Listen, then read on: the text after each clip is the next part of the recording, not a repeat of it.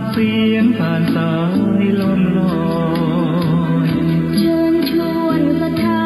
ร่วมบูรณาวัดป่าดงดอยยอดภูนางแก้วยังคอยทอแสงส่องฟ้าอำไพขึ้นทำสีขาวพาเราแช่มชื่นเป็นผู้รู้ผู้ตื่นเบิกบานทั้งกายและใจเคยแผ่คำสอนองค์ชินวรขจรกว้างไกลข่าวสารงานบุญที่ใดคือออนไลน์ไปถึงญาติโยมพระธาตุเจดีย์สีสองเมืองเปล่งประกายแล้วบนยอดดอยนางแก้วมีโอกาสแวะเวียนไหว้ชมจำลองจากดอยสุเทพดอยทุ่งผู้ธาตุบรมพลังแรงใจญาติโยมร่วมสร้างสมแทนบารมีสีขาวคลื่นธรรมนำพาความสุขพระเนรที่ทางคลายทุกข์เกิดปิติสุขให้ทุกทินทีเปิดฟังธรรมะพระจัดรายการหลายคลื่นความร่วมสร้างมหาทานบารมีพระธาตุเจดีย์สีสองเมื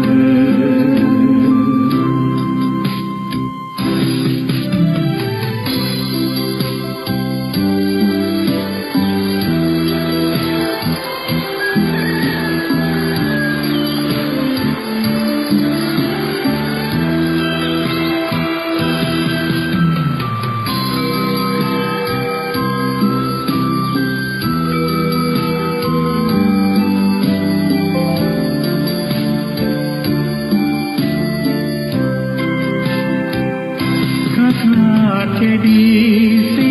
สองเมืองเปล่งประกายแล้วบนยอดดอยนางแก้วมีโอกาสแวะเวียนไหว้ชมจำลองจากดอยสุเทพดอยสูงผู้ธาตุบรมพลังแรงใจญาติโยมร่วมสร้างสมแทนบารมี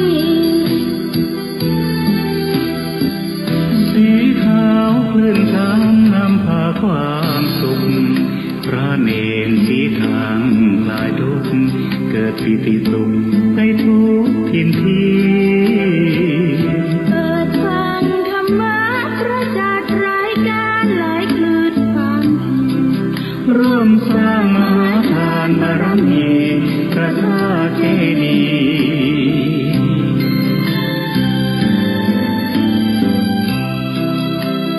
สีสองเมือง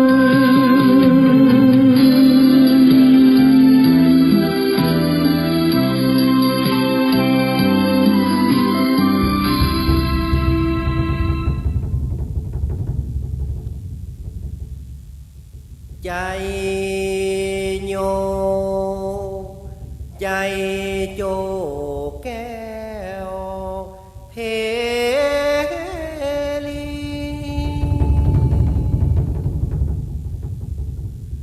สุภาเลิกเกษมสีผ่องแผ้วปัจจามิตรจุงลานิปังปายไปเนินไพญาจุงกาดแก้วเลิศแล้วเจียงคาน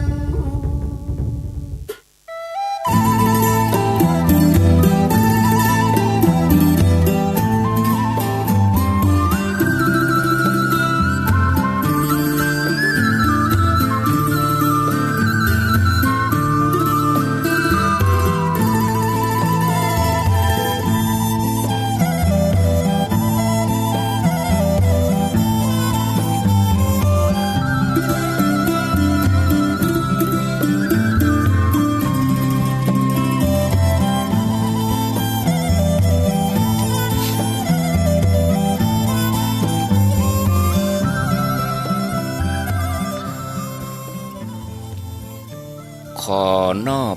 น้อมเอากุลพระแก้วเจ้าดังสามประการอันมีพระพุทธพระธรรมพระสงฆ์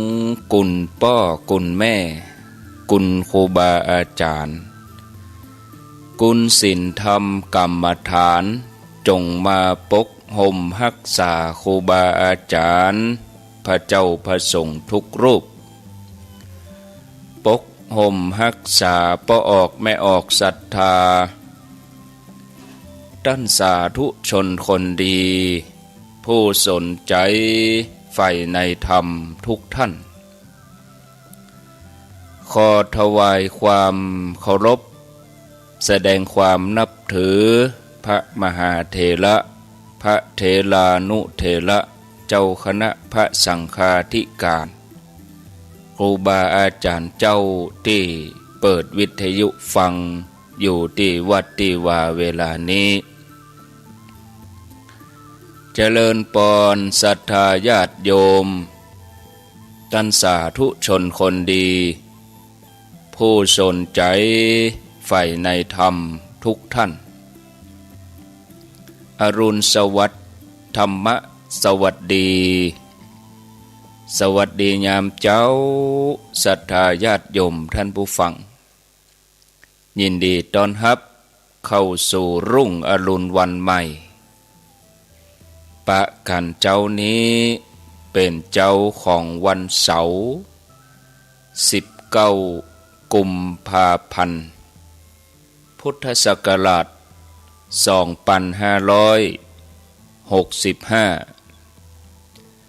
วันนี้เป็นวันเดือน5เหนือแฮม3ค่ำพร่ำว่าเป็นวันเสาร์ตามปักกะเตือนล้านนานี่เป็นวันเก้ากองวันเก้ากองนี่ก็ดีในการทำมงคล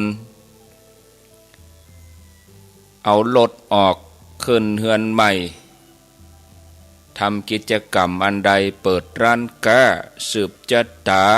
ทำบุญอันใดที่เป็นมงคลนี่วันเก้ากองนี่ดีเว้นงานเดียวคืองานศพเปิ้นบ่ฮือเผาศพวันเก้ากองลูกเจ้าตื่นตัวเจ้าบัวกับหันเยื่องนาพังพร้อมลูกควายบ่ตันหนตางกีดก้อมก้าตัวบ่ต้อมปูนอายจุงเก่งเข้าไว้อย่าไปเฮือขวายต่อหน้าสบายจำไว้เน้อเจ้าจำไว้เน้อเจ้าหลับลูกเจ้ากินผักดังปายหลับลูกควายกินผักดังเก้าลูกเจ้าได้หลายลูกควายได้น้อยหลับลูกเจ้าเป็นเจ้าดังหลายหลับลูกควายปาเฮอลูกหลานเป็นนี่เป็นข้าเนอตื่นมาเหียเนอลุกมาเหียเนอลุกเนอลุกเนอลุกตื่นตื่นได้แล้วลุกได้แล้วญาติโยมท่านทั้งหลาย6:16 นาทีโอ้บ่ลุกเตื้อก็นักแกก็หาเว้นเสียแต่ว่าคนที่ออกเวรกะดึกปิกมาตี4ตี5ก็บ่ว่ากันแต่สำหรับคนที่นอนตั้งแต่หัวค่ำก็อาจจะตื่นดึกตื่นขึ้นมาตี1ตี2เพื่อ5 โมง6 โมงนอนฟังหลับละไปอย่าอีกก็มีก็เอาความสะดวกสบายของญาติโยมท่านทั้งหลายว่า นอนฟังก็ได้นั่งฟังก็ได้ตามใจของแต่ละผู้แต่ละท่านมาแล้วธรรมะขององค์พระสัมมาสัมพุทธเจ้ามาถึงบ้านถึงจองถึงหอถึงเฮือนวันนี้จะอู้ถึงเรื่องธรรมะในงานธรรมะในใจเพราะว่าช่วงนี้ก็ญาติโยมเขาคงจะทำงานหลายท่านก็เตรียมตัวออกบ้านไปงานหลายท่านก็ยังคงทำงานอยู่บ่มีวันเสาร์วันอาทิตย์ตลอดสัปดาห์แต่ถ้าเป็นทางราชการนี่เปิ้นก็หยุดวันเสาร์วันอาทิตย์ถึงแม้หยุดจะได้งานประจำที่เราทำก็ยังคงมีงานบ้านก็ดีโดยเฉพาะงานที่จะต้องดูแลใจตัวเองญาติโยมท่านสาธุชนท่านทั้งหลายขอแบ่งไว้เป็นสองอย่างธรรมะในงานธรรมะในใจจะเริ่มต้นด้วยธรรมะในงานเหียก่อนธรรมะในงานนี่ญาติโยมมีสองส่วนแรกคือธรรมะในตัวเนื้องานจุดมุ่งหมายของงานยกตัวอย่างเป็นงานที่ดีมีประโยชน์ต่อตัวเองมีประโยชน์ต่อสังคมต่อผู้อื่นเป็นประโยชน์ต่อตัวเองอย่างใดญาติโยมท่านทั้งหลายเป็นประโยชน์ต่อตัวเองก็คือว่าทำให้ตัวเองมีคุณภาพชีวิตที่ดีมีสัมมาอาชีพเลี้ยงตัวเองให้เป็นไปในทางที่ดีงามช่วยเพิ่มพูนความรู้ความสามารถพัฒนาความคิดความอ่านเพื่อเป็นประโยชน์ต่อสังคมเป็นประโยชน์ต่อผู้อื่นก็อย่างที่ญาติโยมหลายท่านบางคนกำลังทำอยู่นี้เสียสละความสุขตัวเองเพื่อประโยชน์ต่อคนอื่นสถานีวิทยุแต่ละที่แต่ละแห่งที่เปิดรับสัญญาณนำรายการไปเผยแพร่อันนี้ก็เป็นการสร้างความสุขให้แก่คนอื่นการเสริมสร้างคุณภาพชีวิตแก้ไขปัญหาญาติโยมท่านสาธุชนธรรมะในการทำงานธรรมะนี่บ่ได้มีอยู่แต่เนื้องานต่ออันแต่ก็ยังอยู่ในการทำงานวิธีการทำงานไปตัวเพราะว่าเฮาได้เรียนรู้ได้แก้ไขปัญหาการทำงานโดยวิธีการที่ถูกต้องซื่อสัตย์ซื่อตรงไม่หลอกลวงบ่เอาเปรียบไผบ่คดบ่โกงถูกต้องตามคุณธรรมจรรยาบรรณอย่างการเรียนหนังสือลูกหลานไปเรียนหนังสือก็เป็นสิ่งที่ดีไผก็ยอมรับแต่วิธีการเรียนบางทีอาจจะบ่ถูกต้องก็ได้วิธีการไปหลอกการบ้านหลอกรายงานโกงข้อสอบอันนี้ก็บ่เข้าว่าจะเป็นงานที่ดีบ่มีธรรมะการทำงานราชการเป็นสิ่งที่ดีก็ดีในขณะที่ตัวเองมีตำแหน่งหน้าที่ก็เอาตำแหน่งหน้าที่นั้นมาอำนวยความสะดวกสร้างความดีเอื้ออำนวยต่อคนที่เปิ้นด้อยโอกาสเพราะว่าเป็นงานที่ได้ช่วยเหลือสาธารณะแต่ถ้าว่าไปเอาตำแหน่งหน้าที่นั้นมาสร้างความเดือดร้อนไปแอบอ้างกอบโกยหยิบโฉยอันนี้ห้องว่าบ่มีธรรมะนอกจากนี้ญาติโยมทั้งหลายวิธีถูกต้องเนี่ยธรรมะในงานนี่ก็ยังหมายถึงหลักการทำงานที่ช่วยให้งานนำสำเร็จตามเป้าหมายคือทำงานโดยอาศัยอริยสัจสี่ อริยสัจสี่ได้แก่ทุกข์สมุทัยนิโรธมรรคเฮาทั้งหลายก็คุ้นเคยลักธรรมข้อนี้มาเมิ้นแล้วพระองค์ทรงตรัสไว้แล้วก็สอนให้เฮาได้เรียนรู้อริยสัจสี่ถ้าเฮารู้จักเอามาใช้กับการทำงานก็ห้องว่าทำงานอย่างมีธรรมะยกตัวอย่างรู้ว่าอันยังเป็นปัญหาจากนั้นก็หาสาเหตุของปัญหาแล้วก็กำหนดแนวทางแน่ชัดจากนั้นก็หาวิธี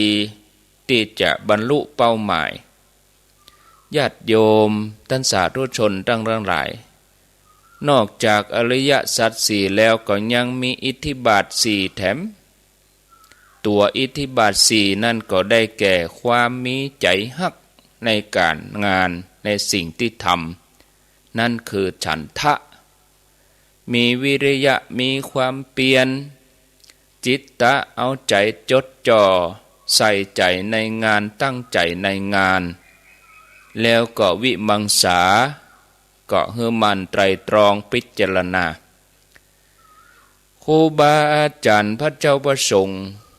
ที่เปิ่นเผยแผ่ธรรมะ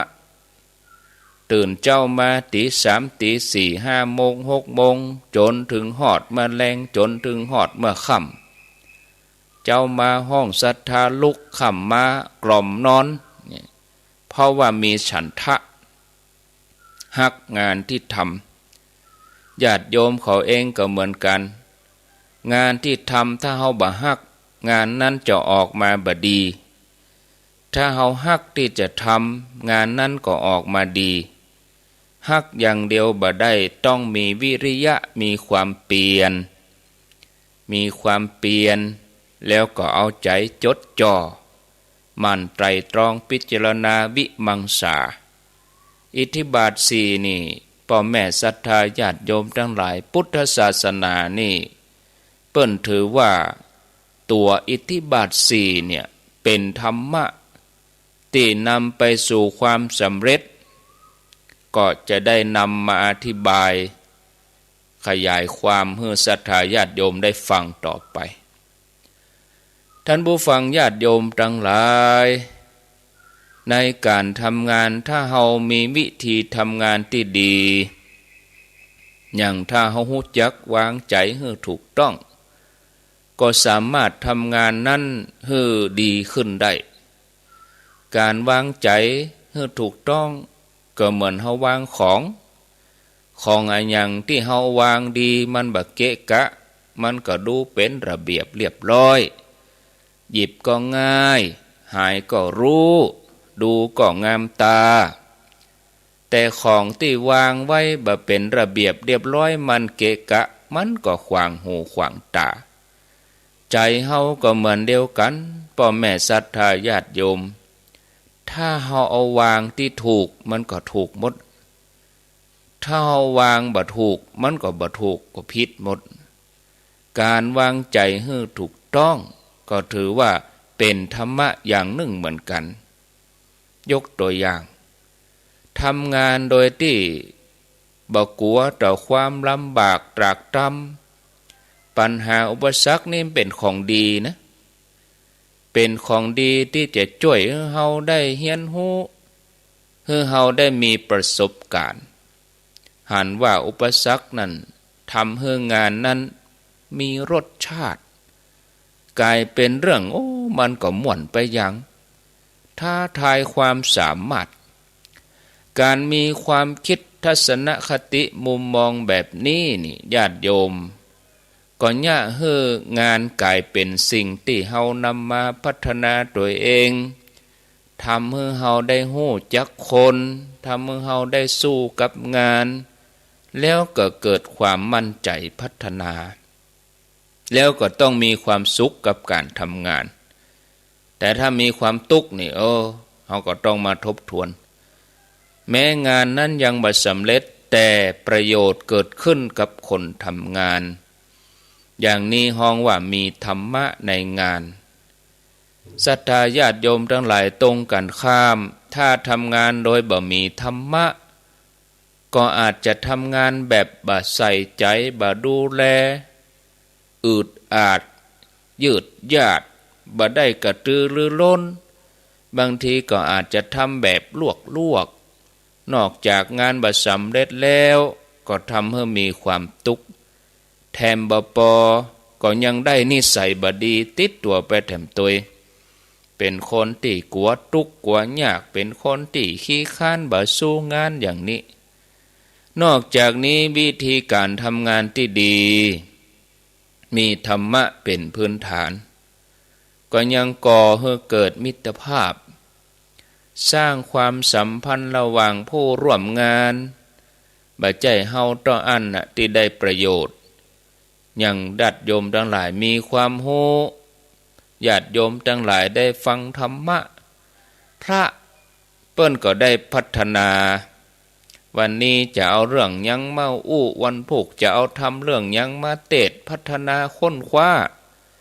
มอบสิ่งดีๆให้กับญาติโยม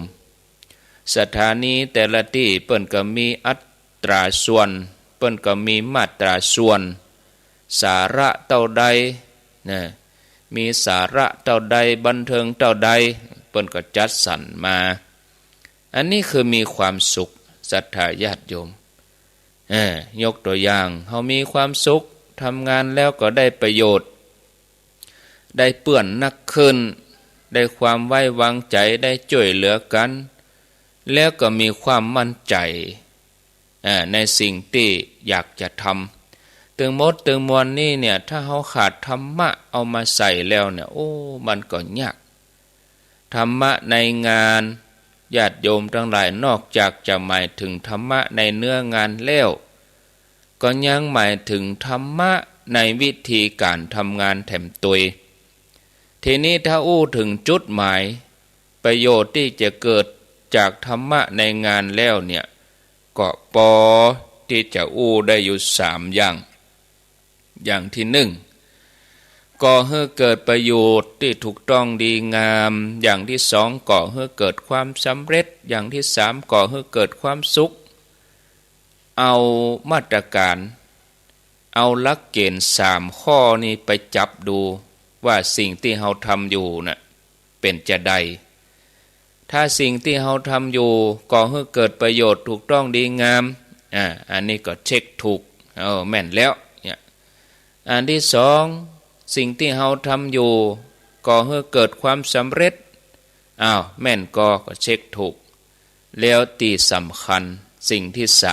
3ที่ทำอยู่ก่อให้เกิดความสุขหรือความทุกข์นะถ้ามันทุกข์เราก็ขากระบาดอมใจถ้ามันสุขเราก็เช็คทุกข์อันนี้ขอเน้นอย่างหลังญาติโยมทั้งหลายงานนี่สามารถก่อให้เกิดความสุขธรรมะคือการทำงานปัจจัยให้เกิดความสุขถ้าทำงานแล้วมีความทุกข์แสดงว่าเอาธรรมะมาใจบ่ถูกต้องแต่ถ้ามีความทุกข์แล้วสามารถก้าวข้ามความทุกข์ไปได้อย่างนี้แสดงว่ามีธรรมะบ่ได้จมปักอยู่กับความทุกข์นั้น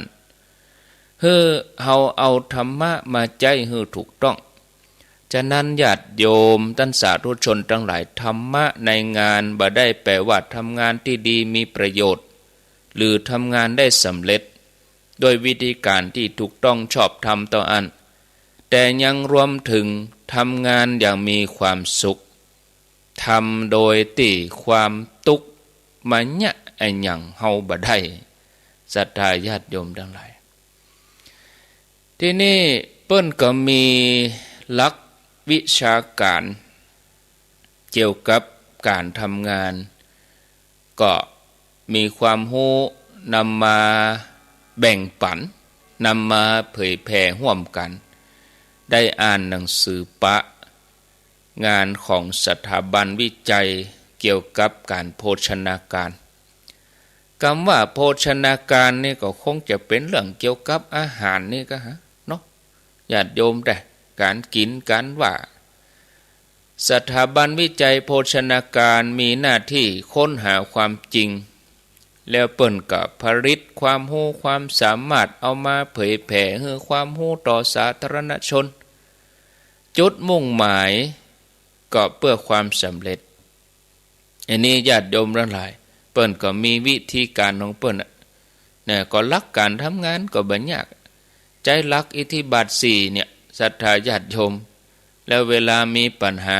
ก็ใจรักแก้ปัญหาโดยใจอิทธิบาท4อริยสัจ4พิจารณาเข้ามาด้วยกันเนี่ยศรัทธาญาติโยมทั้งหลายในพุทธศาสนานี่เปิ้นถือว่าความฮักในงานเป็นธรรมะอย่างหนึ่งนะญาติโยมเขาทั้งหลายทำงานอะไรยังก็ตามคนที่เปิ้นหุ่มทำงานเปิ้นก็หุ่มฮักในงานเนี่ยบางคนที่ไปงานวัดงานวาเนี่ยเปิ้นไปเพื่อบุญเปิ้นบ่ใจไปอยากเพื่อได้เงินบ่ได้ไปอยากเพื่อการตอบแทนอะไรอย่างสักอย่างบางคนเนี่ยโอ้คนอื่นจะแต่งตัวงามดีอย่างใดตัวเก่าสารวนอยู่กับห้องครัวล้างถ้วยกะล้างห้องน้ำกะเก็บขยะเอาบุญทั้งนั้นไปให้บ่ได้อยากจะมีชื่อเสียงมีหน้ามีตาแต่ว่าเพราะฮักในคุณค่าของงานตัวนั้นเมื่อมีความฮักในงานเฮาก็เลยมีความสุขที่ได้ทำงานเนี่ยญาติโยมตัวฉันทะนี่ก็เลยตรงกันข้ามกับว่าตัณหาถ้าเราทำงานด้วยตัณหาก็คือทำงานก็มันก็หวังลาภยศสรรเสริญหวังอยากจะมีหน้ามีตาหวังได้เงินได้ทองสิ่งเหล่านั้นก็เป็นแค่สิ่งภายนอกแต่ถ้าว่าทำงานด้วยฉันทะคือทำงานเพราะว่าฮักงานเนื่องจากหันว่ามีคุณค่าก็เลยมีความสุขในการทำงานถ้ามีฉันทะในงานใดก็จะมั่นก็จะขยันต่างจากตัณหาถ้าทำงานแบบตัณหาบ่ได้อันนั้นน้อยบ่ได้อันนี้น้อยบ่ถูกใจนั้นน้อยบ่ถูกใจนี้น้อยเนี่ยได้แต่เสพตัณหาเนี่ยศรัทธาญาติโยมเขาก็จะมีแต่ความทุกข์ฉะนั้นเมื่อทำอะไรอย่างเนี่ยก็ทุกข์มาอันน่ะถ้าทำแบบตัณหาทำไปจนกว่าจะได้ผลตอบแทนที่เป็นเงินเป็นทองมีชื่อมีเสียงถึงจะมีความสุขเป็นอย่างอันไปเหี้ยการทำงานด้วยฉันทะคือความพอใจคือความฮักกับการทำงานด้วยตัณหาก็เลยมีผลต่างกันศรัทธาญาติโยมถึงแม้จะเป็นงานชนิดเดียวกันแต่ทำงานมันต่างท่าทีกันก็เลยให้ผลต่างกันเคยยกตัวอย่างญาติโยมฟังเรื่องคนก่อดินกี่3 คนญาติโยมหลายท่านคงจำหรือหลายคนหลายท่านอาจจะลืมเมื่อจำก็ฟังซ้ำเมื่อลืมก็ฟังใหม่หรือบ่เคยฟังก็ฟังต่อไป3 คนก่อดินกี่อยู่ใกล้กันคนหนึ่งทำด้วยความเฉยชาเหมือนกับว่าทำเหมือนสังกะต่ายทำแบบละเหยลอยลมนะทำเหมือนแบบมีบ่าแบบมีแห้งแถมคนหนึ่งก็ทำหยุดทำไปก็ดูนาฬิกาไปทำไปก็เย่งพอตะวันไปแถมคนหนึ่งทำด้วยความคล่องแคล่วกระตือรือร้นโดยที่บ่สนว่าเวลาเต่าใดเป็นเต่าใดบางทีก็เลยขับเข้าไปก็มีทำไปอย่ามาขำบวยนี่ญาติโยม3 คนนี้ญาติโยมเคยมีความรู้สึกก่อนเนี่ยคนที่1เนี่ยญาติโยมทั้งหลายเนี่ยทีนี้ถ้ามีคนถามถึง3 คนนี่ว่าเนี่ยอันยังอยู่คนที่1ที่ว่าทำงานด้วยความเฉยชาด้วยความเหมือนสังกะต่ายเนี่ยอันยังอยู่กำลังก่อดินกี่นี่ตาบหันกะนี่เราก็จะว่าเนาะทำโดยอาการเบื่อหน่ายเหนื่อยหน่ายคนที่2ถามว่าเนี่ยอันยังอยู่คนที่2ตอบชัดกำลังก่อกำแพงอยู่นี่คนที่3ถ้าถามว่าเนี่ยยังอยู่คนที่3ตอบว่ากำลังก่อพระอยู่เอาดินกี่ก่อพระแปลงโบสถ์แปลงวิหารนี่ ศรัทธาญาติโยมเนี่ยอันยังคนถึง3 คนมีอาการต่างกันทั้งที่ทำงานอย่างเดียวกันก็จะได้คำตอบคือว่าถึง3 คนนี่พองานต่างกันคนที่1หันว่าตัวเองก่อดินกี่ตัวอันก็บ่หันคุณค่าในดินกี่นั้นบ่หันเกินไปกว่านั้นบ่หันอันอย่างดีไปกว่านั้นคือก่อดินกี่อยู่อะเอาดินกี่มาก่ออยู่เนี่ยคนที่2หันไก่ไปกว่านั้นแถมน้อยว่ากำลังแปลงกำแพงคนที่3ซ้ำหันไก่กว่านั้นจากที่ติ้วปูนจากที่ผสมทรายจากที่ดินกี่เอามาก่อนั้นเป็นพระเ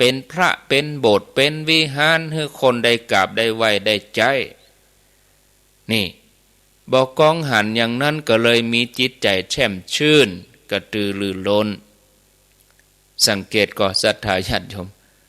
เพราะรู้ว่าตัวเองกำลังทำสิ่งที่ดีมีประโยชน์เป็นบุญเป็นกุศลก็เลยมีความสุขกับการงานท่านผู้ฟังญาติโยมเฮาทั้งหลายเคยมีภาวะอย่างอี้ก็เขาจะหันว่าแห้งจูงใจของแต่ละคนนี่มันเหมือนกัน3 คนที่ยกตัวอย่างมาต่างกัน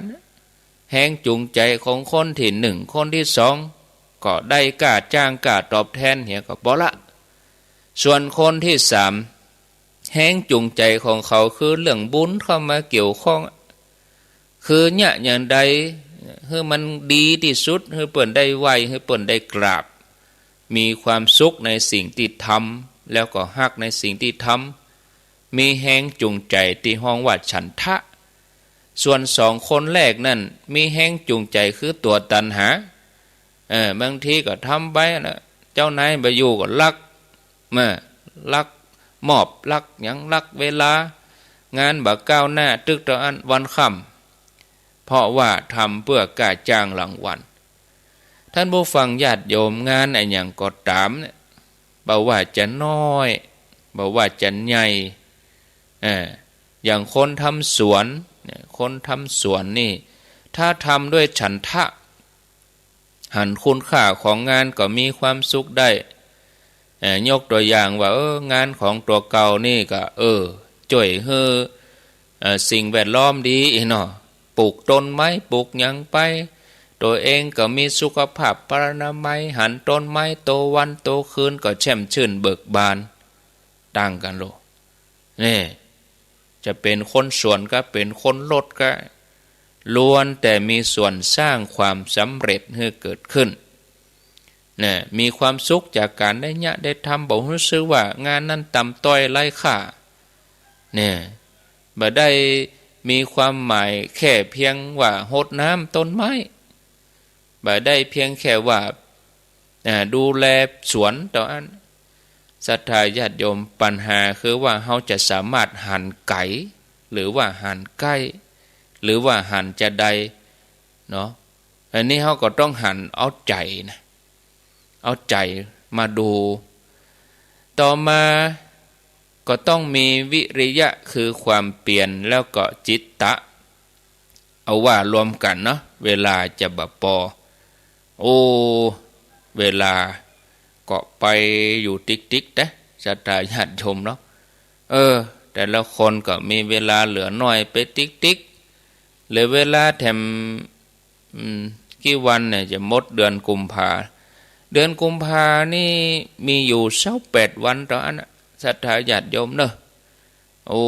เผอกำเดียวบดายกึ่งค่อนเดือนกุมภานี่กึ่งค่อนมาตั้งใต้ถ้าเลยวันที่20วันนี้บวยนะแต่วันที่20 21 22 23ก็เดี๋ยวเผอปุ๊บปั๊บผ่านไปแล้วก็เดี๋ยวก็เสาร์ติดแต่ญาติโยมเนาะเขาอาจจะมีความสุขจากการทำงานก็ได้แต่ถ้าอยู่บ่ได้ก็มันนานค่ำนะเนาะวิริยะคือความเพียรจิตตะคือจดจ่อวิริยะนี่เปิ้นจะต่อจากฉันทะนะเนาะตัวฉันทะออกมาคือถ้าฮักงานเมื่อใดก็จะมันมันลุกเจ้า อย่างเจ้าหน้าที่รายการเจ้าของสถานีเปิ้นฮักสถานีเปิ้นฮักวิทยุเปิ้นก็ต้องลูกเจ้าเปิ้นก็มันอ่ะศรัทธาเองก็เหมือนกันฮักฟังธรรมะตื่นเจ้ามาก็เปิดวิทยุฟังมันคนมันนะศรัทธาญาติโยมเนาะมันเนี่ยมันจึงดีกว่าขี้ค้านมันตายหลังด้านขี้ค้านตายหลังฮักให้เนาะศรัทธาญาติโยมอย่างใดก็มันไว้ก่อนนะวิริยะไว้ก่อนนะความเปลี่ยนเกิดขึ้นเมื่อมีฉันทะแต่บางทีเฮาอาจจะประวัติทั้งที่เฮามีความเปลี่ยนแต่ก็ทำงานมันก็ทำไปก็เครียดไปแต่เพราะว่าใจของเฮานี่นึกย้อนถึงความผิดพลาดในอดีตหรอกบางทีก็ไปวิตกกับปัญหาที่เกิดขึ้นในอนาคตก็มีหรือว่ากังวลว่าเมื่อใดจะแล้วเนี่ยแล้วจะได้อันยังคนเขาว่าเฮาอย่างนั้นว่าเฮาอย่างนี้อย่างนั้นอย่างนี้เนี่ยเปิ่นห้องว่าใจบ่ได้จดจ่อกับงานคือขาดตัวจิตตะนี้ไปการจดจ่อกับงานนั่นเปิ่นห้องว่าสมาธิก็ได้แต่สมาธิจะเกิดขึ้นต้องอาศัยสติประกอบด้วย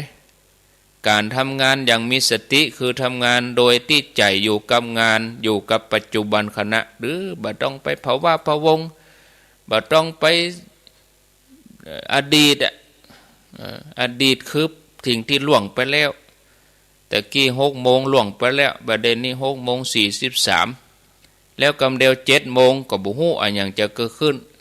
ไฟอาจจะดับก็อินเทอร์เน็ตอาจจะลุกก็เฮาบ่ถ้าไปกังวลบัดเดี๋ยวนี้เฮาอยู่กับปัจจุบันอีกก็พอนะบ่ต้องไปภาวะพะวงบ่ต้องสนใจไผจะยังไดเฮามีสติคือใจอยู่กับปัจจุบันทำงานให้ดีที่สุดผลดีก็จะตวยมาแต่คนเฮาบางทีทำงานด้วยความกังวลต่างๆนานามันก็ได้บ่พ้นเรื่องเล่าอดีตหรือว่ากึดกังวลกับอนาคตญาติโยมทั้งหลายเวลาเฮาเดินทางไกลถ้าใจกังวลว่า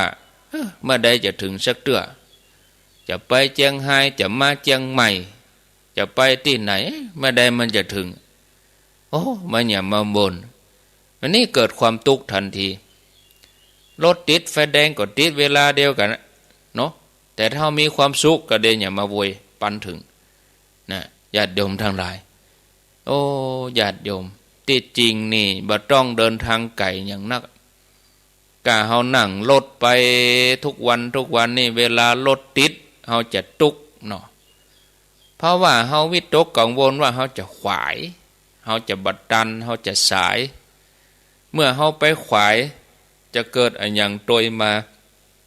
กลัวคนว่าจัวเจ้านายจะบ่นเนี่ย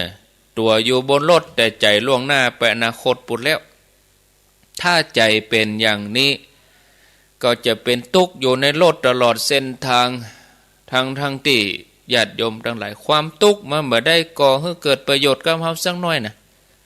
บางทีทุกข์ก็ทำให้เฮาบ่อยากนอนบ่หลับความทุกข์ทำให้เฮาบ่อยากกินเอามารวมกันก็คือมันบ่เป็นกินเป็นนอนนะมันบ่ได้ช่วยหยังเฮาเห็นเลยศรัทธาญาติโยมมันบ่ได้เกิดประโยชน์ความทุกข์บ่ได้ว่าจะลดการจราจรรถก็มีเต่าเก่าขับรถไปจะโวยจะจ้ามันก็ยังคงติดไฟแดงอยู่เหมือนเดิมแต่ถ้าเฮาอยู่กับปัจจุบันเอาใจอยู่กับปัจจุบันเฮาบ่ได้พะวงกับอดีตหรือว่ากังวลกับอนาคตความจดจ่อกับงานก็จะเกิดขึ้นเนาะซึ่งนอกจากจะช่วยให้เฮาทำงานได้อย่างต่อเนื่องแล้วเฮาก็ยังมีความสุขกับงานนั้นแถมตัวที่สำคัญแถมอย่างหนึ่งก็คืองานยังจะออกมาดีนะแต่ถ้าเฮาทำเหตุให้ดีนะผลก็จะดีศรัทธาญาติโยมนะแห่งอย่างคือทำปัจจุบันให้ดีอนาคตจะดีไปคนเดียวเมื่อฉันทะ คือความฮักในงานวิริยะความเพียรจิตใจจดจ่อแล้วมาสุดท้าย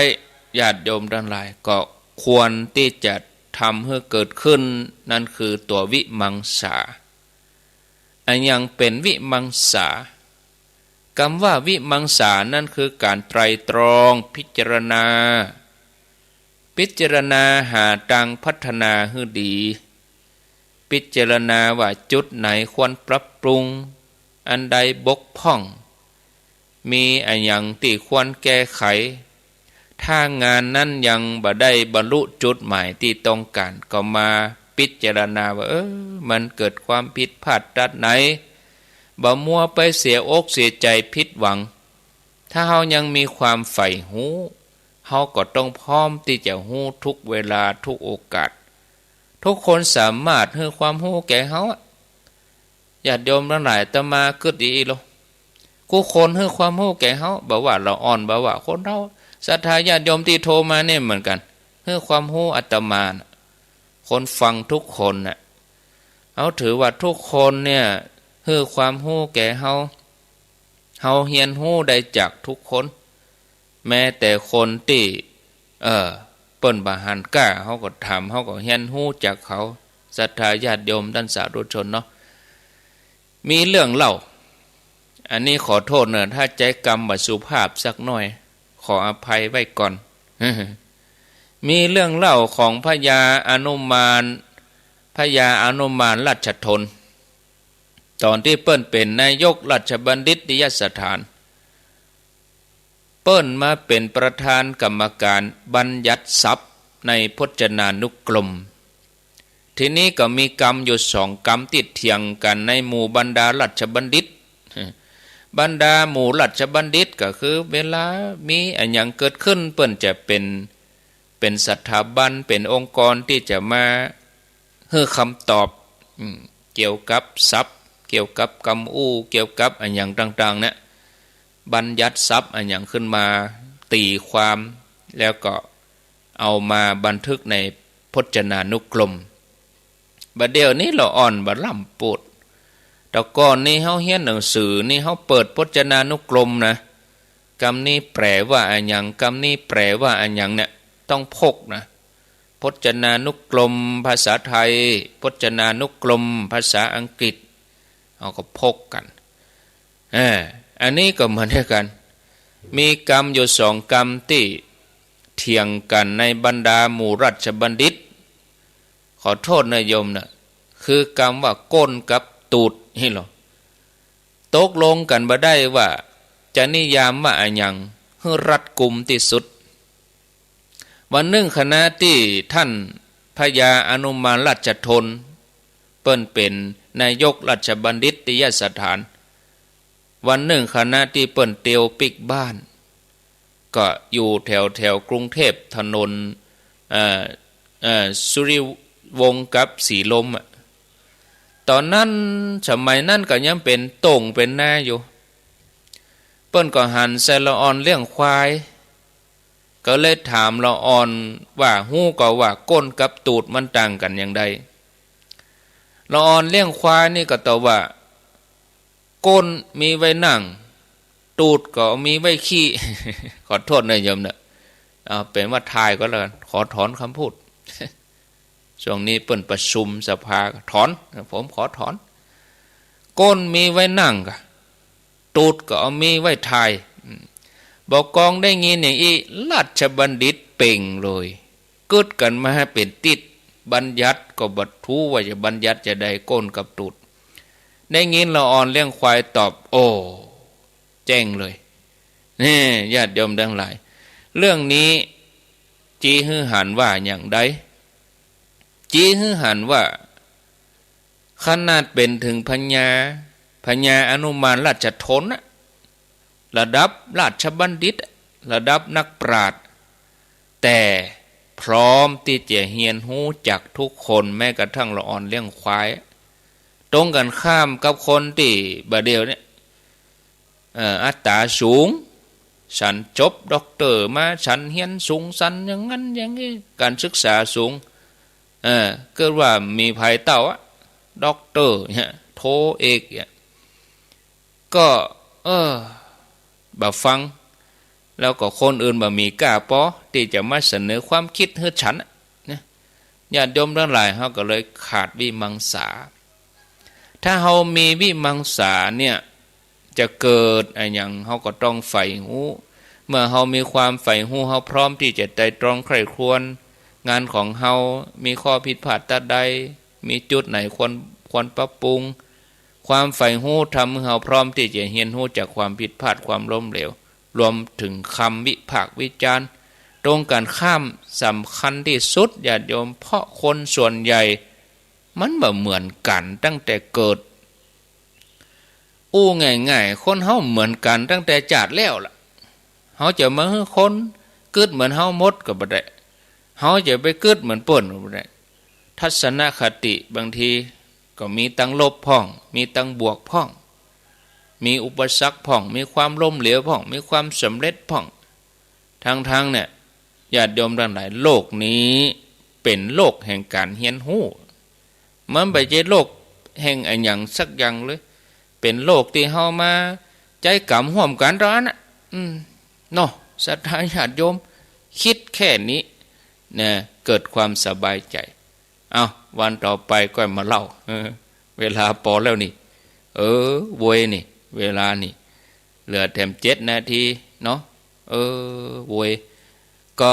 2 วันนี่มันได้อยู่เนาะวัน2 วันนี่ก็ญาติโยมทั้งหลายก็ทำไทยฮะกับวันพุธก็ได้อยู่วันพุธนี่เดินทางไปต่างจังหวัด2 วันเช้า21แต่ว่าก็วันค่ำญาติโยมเนาะแต่ว่านี่ก็ไปจีแนวจีเขตก็ขอบคุณนะโอ้แสดงว่าแรงอธิษฐานจิตของญาติโยมคนนี้ก็แห้งเหมือนกันที่เขาจะแปลงคันใดขึ้นฝั่งเจียงไฮ้ประเด็นนี้เปิ้นก็อนุโลมฮื้อเนอะตั้งอุทยานเปิ้นศาลาจะเริ่มแหกวันนี้แต่ศรัทธาเฮาก็1 มีนาเนอะบ่ได้เกณฑ์ไผยังได้เอาใจเฮาไปไผเกิดวันหยังก็ไปวันนั้นน่ะเนอะเอาตามวันทำบุญวันเกิดเริ่มต้นวันการเนี่ยอย่าเอาวันการก็วันที่1 มีนาวันการมันแหงดี เอาไปใจแหงหรอกเริ่มต้นแหกวันการเนอะเอาข้าวบกไปตวยเอาน้ำไปตวยห่อเข้าไปตวยเพื่อข้าวตอนแล้วพอละบ่ฮือเอาวันค่ำกี่ข้าวตอนแล้วก็ปิกบ้านไปโจกเหียกำก็พอละขอไปโจกคันใดโดยป้วนเหตุกำเถอะถ้าเปิ้นแปลงแล้วให้แปลงก็บ่ได้แปลงแล้วเด้อเริ่มวันที่1วันการไผเกิดวันการก็ไปวันการไผเกิดวันพุธก็ไปวันพุธกำหนด15 วันแล้วแบ่ง15 วันแต่ศาลาเพิ่นจะไปดูไปอย่างวันนี้ล่ะอาตมาก็ปรึกษาครูบาอาจารย์แล้วถ้าเฮาจะให้ศาลาเริ่มวันที่1นี่บัดตันแต่ว่าศาลาต้องไปวัน2 วันนี่ก็ตกลงกันละศาลาจะไปเอาเขตเอาแนวไปแขวดไว้ก่อนนี่เนาะไปค่อยแขวดแต่ศรัทธาเฮาเนอะเฮาก็เอาข้าวบกไปเอาเสียมไปนะญาติโยมถ้าไปซุปตัดเปิ้นผสมปูนก็ผสมปูนติ้วปูนเฮียคู่ถ้าไปซุปตัดที่เปิ้นเอาบะหินเลี้ยงก็เอาบะหินเลี้ยงเฮาจะเอาบะหินเลี้ยงเนอะบะหินก้อนมอกน้อยมอกหน่วยบะนาวนี่นะเฮาจะเอาไปเลี้ยงเป็นทางเท้าคือว่าเอาปูนเทมาเกิงหนึ่งแล้วก็ให้บะหินมันโผล่เกิงหนึ่งแล้วก็เอามุดเข้าในปูนเกิงหนึ่งนึกภาพออกก็ทำเหมือนเฮานวดฝ่าเท้าเนาะทำหาวให้คนเท่ากำแล้วมันก็จะบะจริงละมีจุดชมหน่อยมีจุดพักหน่อยนะเพิกตังเหนือโอ้คนเท่าไปตกดาวหลายเอาข้อศอกไปจำเอาหัวไปเตกแต่ว่าวันซืนนี่ก็จักหลอกเสียกว้านเสียลงทันลงเทินปากันแบกขึ้นมาเมียแบกแล้วมันก็ขัวมันนักก็ตากไงไปพุ่นกะลำกะยังกะเนี่ยโอ้ยมันลำบากก็ขอบคุณเปิ้นเข้าใจเจตนาแต่ว่าก็ไปจีเขตจีแนวเรียบร้อยแล้วก็ศาลาจะไป กดแขวด จะไปหมายวันนี้เพราะเช้าสองกลับจากอาตมาไปน่านแล้วก็ไปเช้าเสเอ็ดเช้าสองเช้าสามไปยื้อเอวพอสลาแล้วก็ไปดูว่าจะได้กี่ซี่คันใดกี่ซี่เนาะสตาเฮาไปเนอะวันที่หนึ่งเริ่มต้นไผเกิดมันมีนาครับพอปฏิทินเนี่ยพอปฏิทินนี่วันที่หนึ่งเป็นวันการแล้วก็ทำเพียงแค่15วันที่15มีนาก็เป็นวันการ16 17เฮาเตรียมงานแล้วเนาะ15เป็นวันการไผเกิดว่าครบไข่เนอะคนเกิดวันการนี่ได้เปรียบหน่อยได้3วันเนาะได้วันที่1วันที่8วันที่15แล้วคนเกิดวันพุธก็ได้2วันได้ที่2ก็วันที่9คนเกิดวันพฤหัสก็ไปวันที่3กับวันที่10คนเกิดวันศุกร์ก็ไปวันที่4กับวันที่11คนเกิดวันเสาร์ก็ไปวันที่5กับวันที่12คนไปวันอาทิตย์ก็ไปวันที่6กับวันที่13นี่คนเกิดวันจันทร์ก็ไปวันที่7กับ14กู้ไปถ้าว่าบ่ไปวันผมจะไปวันเนี้ยก็ตามใจได้แต่อันนี้เขาเป็นการระบายคนบางคนไปสุลมุนกันนักถ้าหมู่ว่าเกิดวันไหนก็มาถึงวันไปถึงวันแบ่งคันใดเนาะได้ตาลได้ตันงานที่เขาจะได้ยกชัดกันเอาละพอเวลาพอสมควรเอาไว้เต้าอี้ก่อนเนาะพ่อแม่ศรัทธาทั้งหลายอาตมานำรายการจากลาศรัทธาญาติโยมไปก่อนบุญใดกุศลใดที่ญาติโยมทั้งหลายปั่มเป่งมาก็ขอให้สำเร็จไปที่ไหนเดินทางไปทางใดก็ขอให้แคล้วคลาดปลอดภัยอยู่ดีมีสุขเหมือนกันคู่โคนคู่ตันอายุวันโนสุขังปลัง